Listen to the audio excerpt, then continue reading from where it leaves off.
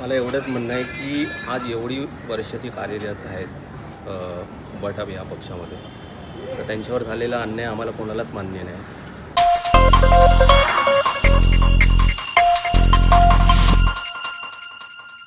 आज मुंबई महानगरपालिका निवडणुकीचा नामनिर्देशित अर्ज दाखल करण्याचा शेवटचा दिवस होता.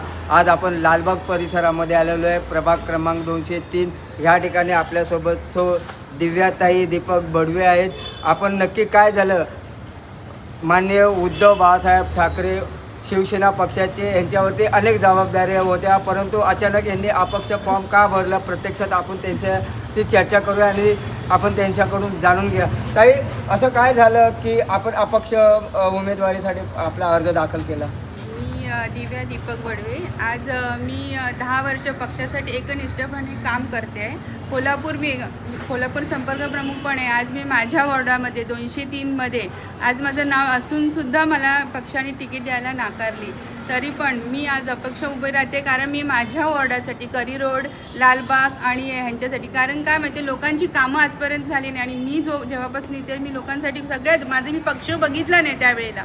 कुठलाही पक्ष असू दे, कोणी माझ्या घरी आली तरी त्यांना मी असं नाही हा शब्द माझ्या तोंडातून आली नाही.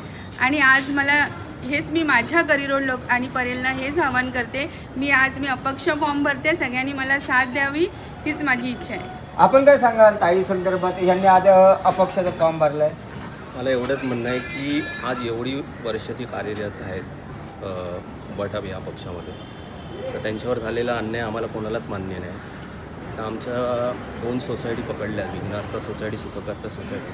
नाही म्हणता 3-3.5 हजाराचं मतदान आहे. तर आम्हाला आमचा रस्ता मोकळा आहे, हेच सांगायचं मला.